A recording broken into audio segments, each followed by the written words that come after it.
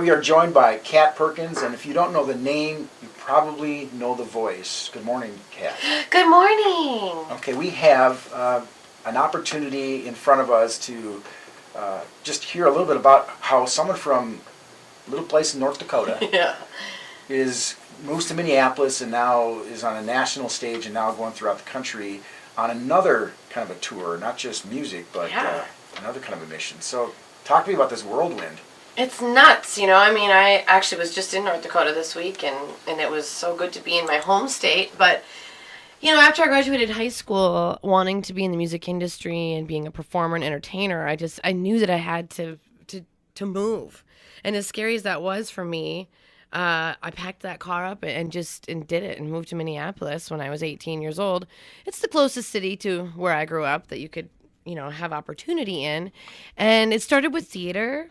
Then it started with me starting my own band, and it sort of just progressed to this whole awesome thing where I was getting recognized within Minneapolis and playing a ton of shows, and I eventually got a record deal with my band, and we toured the nation performing rock tunes, and then The Voice happened. So, you know, NBC's The Voice changed my life. It was a huge whole other platform, and I made it all the way to the end, 4th place, Team Adam. And Adam, you know, of course, taught me how to be a better singer. If you watch the show, that's what they do. They get paid the big money to take their contestants from 0 to 60 and make them better singers and watch them grow. But he also, for me, taught me how to be fearless, basically. Not only to perform for 15 million people that watch the show every week, but just to take that into my real life and to, you know, take chances every single day and to be calculated and, you know, conquer the world. And so that started happening with my own life. And we got this amazing song that we wrote called Fearless around that whole idea of remaining, you know, strong and fearless every single day. And then that turned into this whole message. I started speaking to kids about following their dreams, no matter where they came from, even if they came from a tiny town of 300 people in North Dakota like I did, or if they come from the city. And then it just started to translate into a message for adult people as well, and people in the corporate world, and people that just need to hear that positivity of doing whatever their heart tells them to. Okay, and so Fearless, here it is in our ears. We can hear this Fearless. Yeah.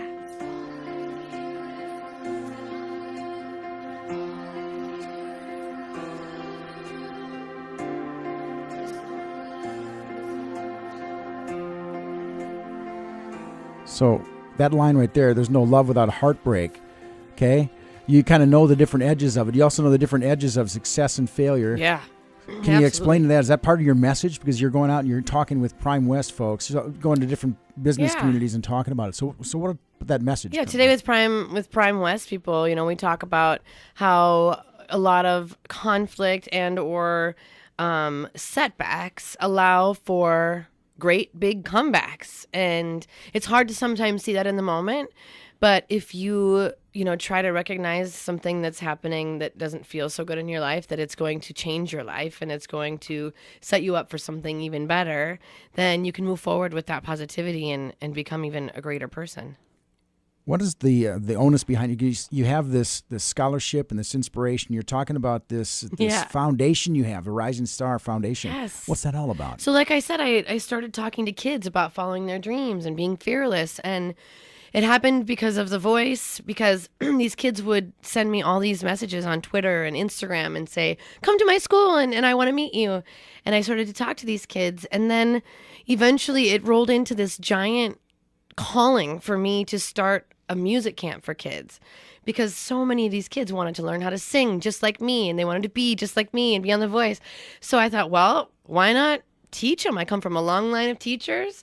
I love to educate. I was a nanny for 5.5 years of my life. Why don't we start a music camp for kids? And we did just that. My dad, who is a retired teacher, said, all right, let's do this, and helped me. My sister, who is a retired music teacher, helps me. And then my childhood mentors also jumped on board, and we started this camp. Well, then, of course, over the course of a couple of years doing this camp, I had a ton of messages from kids saying, I would love to do this, but I can't afford it. Or I would get messages from parents saying, we would love to send our kid there. So talented. You can't believe how much talent they have, but we can't afford it. So then I thought, we can help this. We can get the community involved, and let's help kids do exactly what they want to do. So I started this nonprofit foundation, completely 100% community involved and funded, and so that kids can not only follow their dreams after high school. There's a couple of scholarships available for kids that just want to pursue the music industry after high school. Or if they want to come to my camp, we're going to allow 2 to 4 scholarships for kids to come to my music camp in the summertime. Usually it's in June.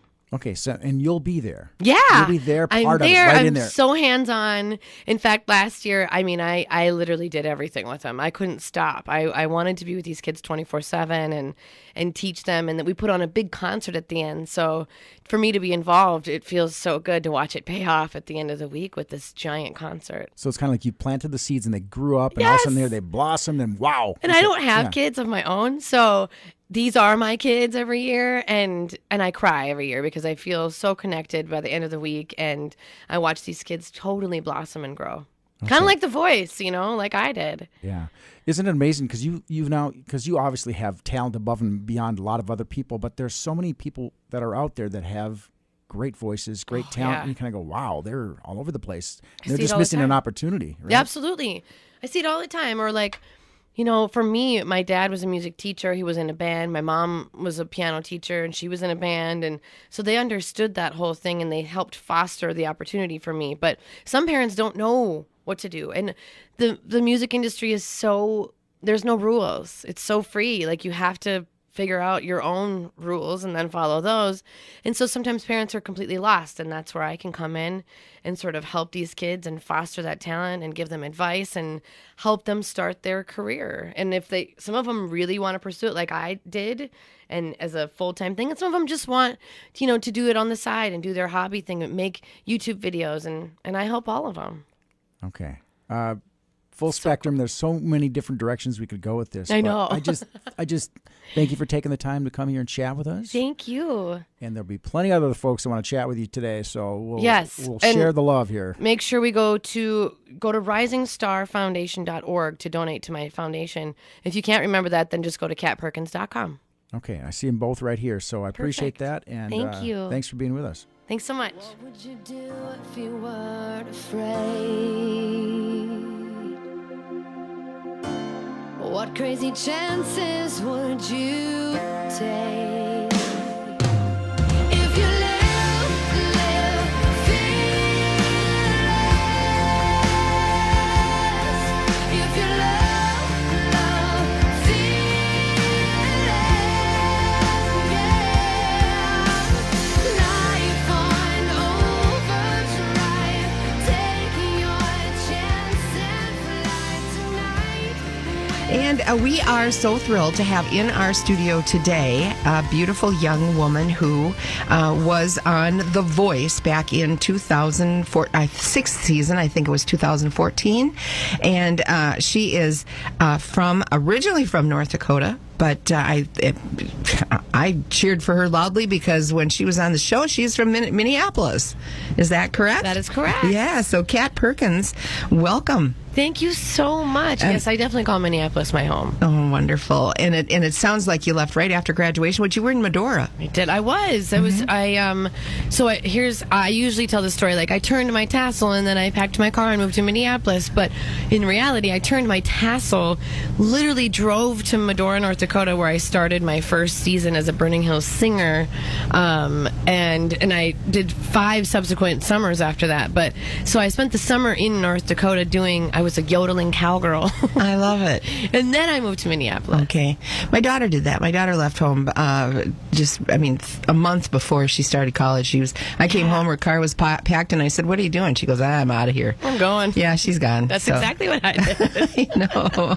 So North Dakota, and of course, it's just so nice to have you on here because you were one of my favorites because you're really good. I wanted to always ask you about the Fearless video. Are those those pictures, is that your mom and dad and Yes. you, and those are family pictures? That's straight from my childhood giant photo album from my mother's house. I loved it. And one of my greatest friends in the entire world produced that video, and he really wanted to put that childhood stuff in there to sort of let people get a glimpse of how I grew up and what it was like for me in that video. It's a great video. It's a great song. You wrote that song, Love didn't that you? song. You know what? I had help. I had a lot of help.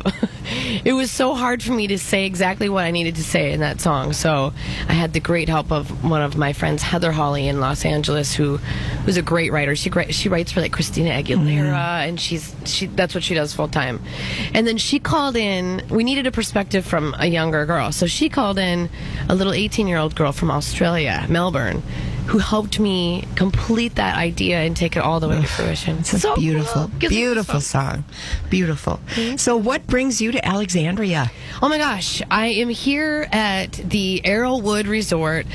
I'm the motivational speaker today. I'm the keynote for Prime Health West. And it's my first time spending time in Alexandria, to be honest with you. Okay, have you been able to drive around, or have you been able to? I did last night. Thank you. And the lights on Main Street, and oh my gosh, it was so beautiful. And I noticed that you have a theater downtown. We do. That is a live performing arts theater now, but that was our movie theater when we were growing up. Well, we have a nice Christmas show that I feel like needs to come down to that theater. We had the Medora Christmas show here last year at our performing arts facility at the Performing Arts. Good news for you. The artistic director's in the lobby right now. Yeah. Stop. Yeah. No, yeah, that's true. We gotta There's a push this reason. idea. Oh, fabulous! He's fabulous. He's gonna love meeting you. So, Oh, good. Yeah.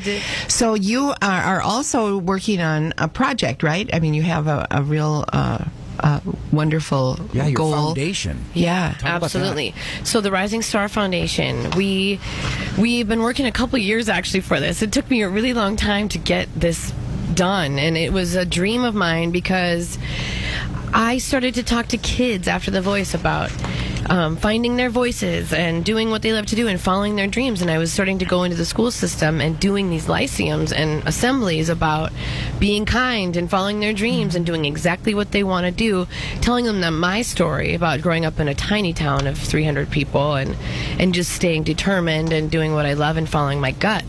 And then I had all these messages saying, I want to learn how to sing. I want to be just like you, and I want to be on The Voice. So I come from a long line of teachers, literally my great-grandmother, my grandmother, my father, my sister, everyone's a music teacher besides me. And I said, we've got enough resources. Let's start a music camp for kids. Let's bring these kids in and teach them exactly what I know and exactly what I wanted to hear between the ages of like 12 and 18. And so we did it, and we do it in Medora, North Dakota, because that's where I started my career. And so over the course of a couple years of doing this camp, then we started to get these messages from kids and parents alike saying, we really want to do this. I have so much talent, or I have a talented kid, but we can't afford it.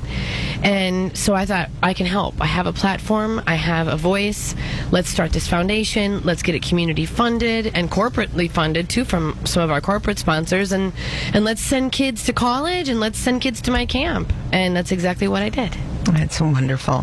What a wonderful thing to do. And I just can't imagine kids who love music loving anything more than going to camp for a week or something, and it's all about music. And it's just terrific. I said earlier that they're like, I don't have kids, so and I'll probably never have kids, so they're kind of like my own little ones that I watch grow up during the week. Of course. Isn't that is just terrific. It's terrific that you're doing that, and much appreciated. So how many kids do you have per camp, or how many sessions? Per session we have about 40 kids, and that's about all I can handle. I mean, between... Do they stay there? They do. They do. Yep, we have it's them immersion. Exactly. Okay. They stay in this place called the Bunk House, and it's amazing.